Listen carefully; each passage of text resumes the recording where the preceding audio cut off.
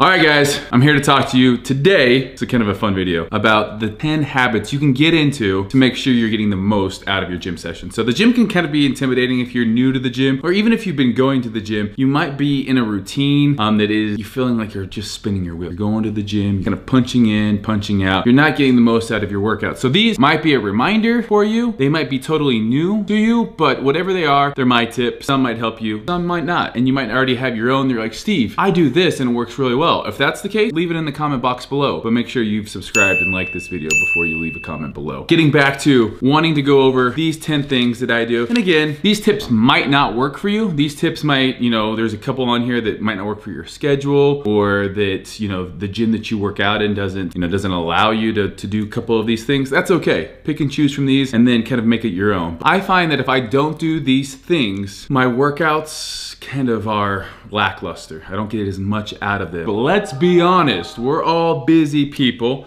We got a lot going on, so a lot of the times it's about getting bang for your buck. It's about honing in on your skills, about honing in, sharpening your sword, before the gym, to then going to the gym and really getting the most out of it, having the tools for success. So for me, I really like doing these videos, talking about habits. I really believe I'm big into schedule. I'm big into creating quality habits, because habits at the end of the day are going to take you further in life than motivation. Extrinsic motivation, extrinsic motivation, you guys don't know the difference. Intrinsic motivation comes from this like deep why, go to the gym. You wanna be healthy, you wanna be better for your kids, it makes you a better person. That external would be like, ooh, that person tells you look really good. You have really nice muscles, or you have a show and you need to get on stage. So motivation, it comes and goes. It's important, it's an important factor, but your habits, your non-negotiables, the things you do every day, and you don't even have to think about that. Depending on what you read, it's gonna tell you, 66 days for a habit. There's different literature out there. It's gonna tell you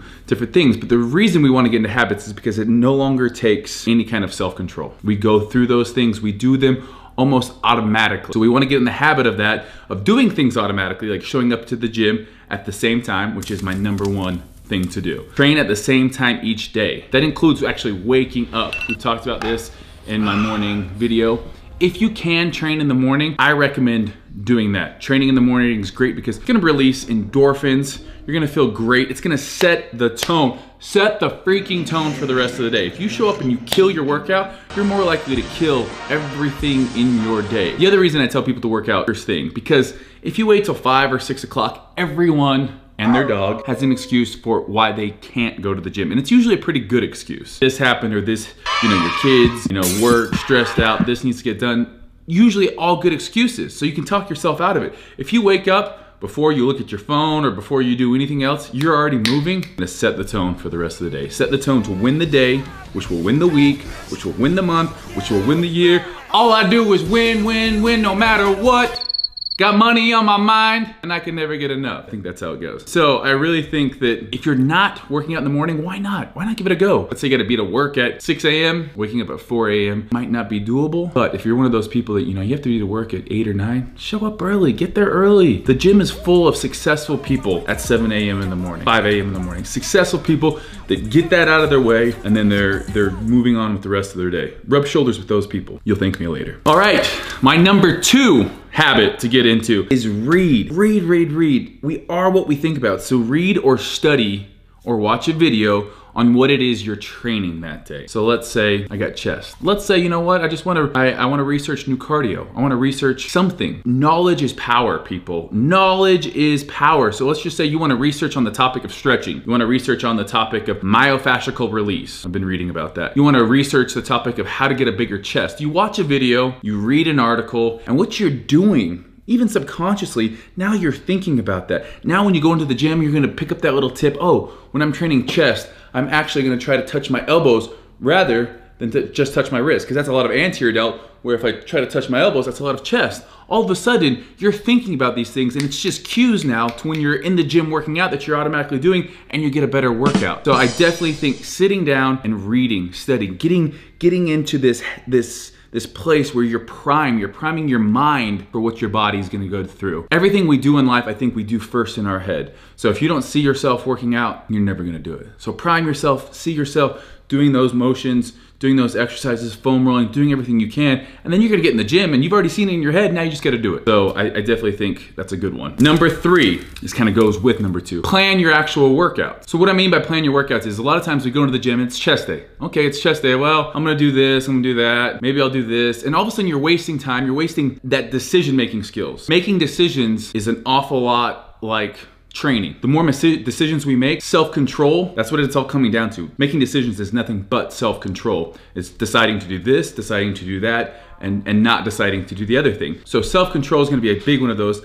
The more we exercise that self-control muscle, the weaker it gets. So if you go into the gym, if you go into the gym not knowing what you're gonna do, it's a whole lot easier to be like, oh, there's a lot of people here. I don't know what I'm gonna do. I'm just gonna go. It's overwhelming. But if you plan out your workouts, write them down in a notebook, or shameless plug, fitness culture app, I'm going to be following my workout. I'm looking at this, I know what I got. Pull-ups, chest supported row, supine grip lat pull down, dumbbell pullover, seated reverse machine fly. I know what I'm doing. I know the sets, I know the reps, I even know the tempo, and I even have videos on what to do or how to do it. So I think planning out your workouts beforehand is a great way to get a great workout and to not feel overwhelmed when you walk into the gym. Number 4, it all comes down to accountability. Number 4, have a gym partner. I've been so blessed in my life to have some amazing gym partners. Chad was a great workout partner. He was a chiropractor.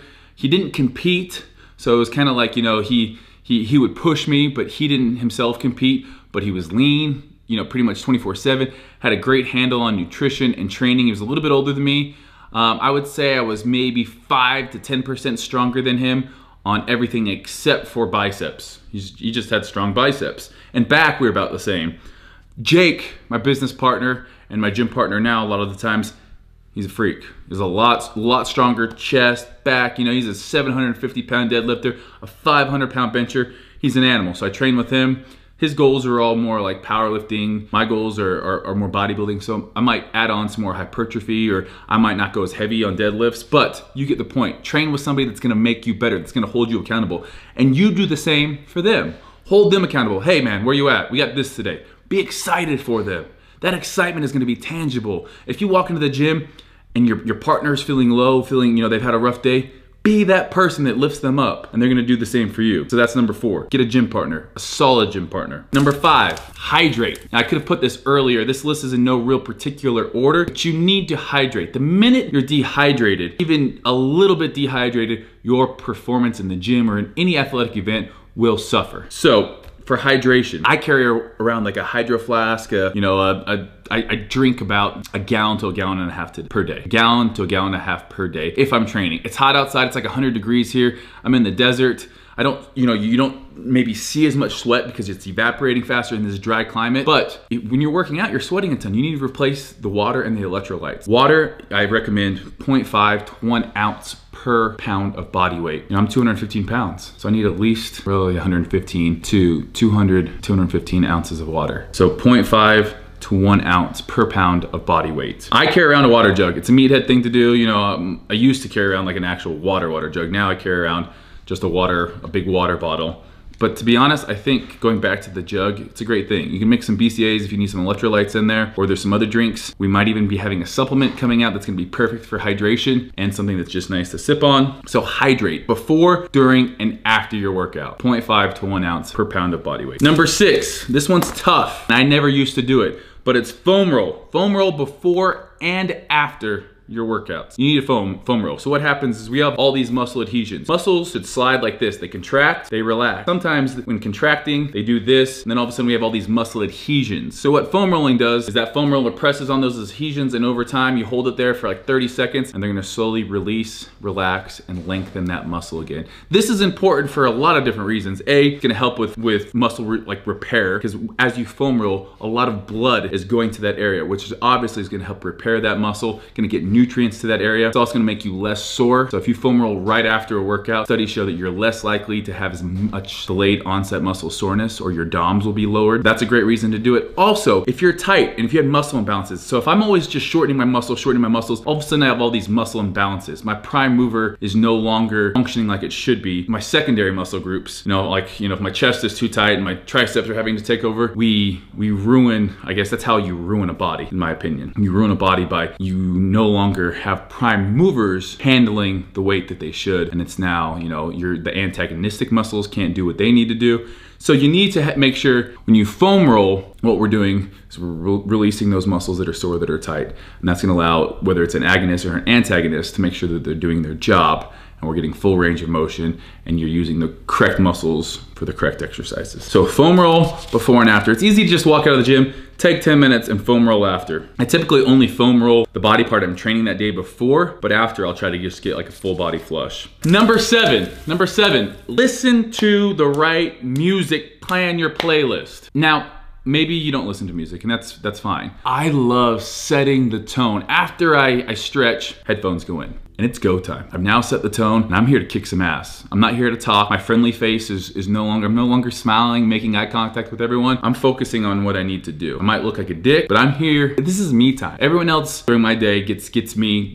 business partners, sisters, friends, family. Everyone else gets my time except for when I'm working out. That's me time. Sorry, I gotta give it my set. I'm watching the clock. Plan your playlist ahead of time. Have your go-to playlist. Maybe, again, it's music that's gonna be uplifting, that might make you mad. It's a heavy leg day, some screaming music. So maybe have 2 sets of playlists. I have 2 sets. I have more of like a rap, hardcore, like I'm feeling myself. And then I have more of a rock, like I just makes me angry. So anyhow, listen to the right music, plan your playlist ahead, which brings me to number 8. After you have your playlist, maybe you're connected to Wi-Fi, put your phone on airplane mode or do not disturb. There's nothing that can ruin a workout like getting a text message. Because what happens, we hear that ping, and what's the first thing? It's human nature to want to reach out and look at it. It's urgent, it's pressing, it's in your ear. It's telling you, hey, I'm here, ping, ping, ping, text message, ping, ping, ping, alert, phone call. Turn that off, turn that shit off. This is you time. So airplane mode or turn it all the way off. Maybe you bring an old iPod in, I don't know. Or, for me, I just put it on airplane mode and do not disturb. And honestly, that is one that I need to work at. So definitely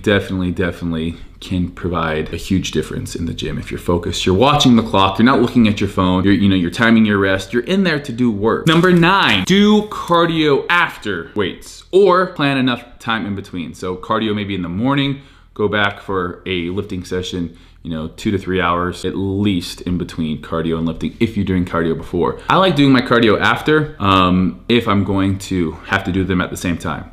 I train my weights with my weights. I'm primed. I have, I've taken my pre-workout or I've taken my BCAAs. I'm hydrated. I've thought about what I'm lifting. Boom. Now I'm all that energy, all the glycogen, the creatine monohydrate. I'm putting that to use first for my lifting session. If you do cardio first, all of a sudden you've depleted glycogen. You're tired. You're not there mentally, and your weights are gonna suffer. So I always tell people weights first. Weights first, unless you can, you have at least 3 hours that you can wait in between cardio in the morning and then lifting. Number 10, this one's optional, but no, it's not. It's optional, but it's not. I would say bring your post-workout shake to the gym with you. And I know it's like, Steve, having the anabolic window is bull crap. I'm not here to talk about necessarily, what is scientific and what isn't with post-workout shakes. I know this is a time that your body needs nutrients. You've been sweating, you've depleted glycogen, it's now time to rebuild and repair muscles. So a BCAA shake, at least, a protein shake would be my choice with some simple carbohydrates. You might even want to do creatine. I do my creatine before, but you want to replenish all of those nutrients, get you in a positive nitrogen state, build and repair muscle,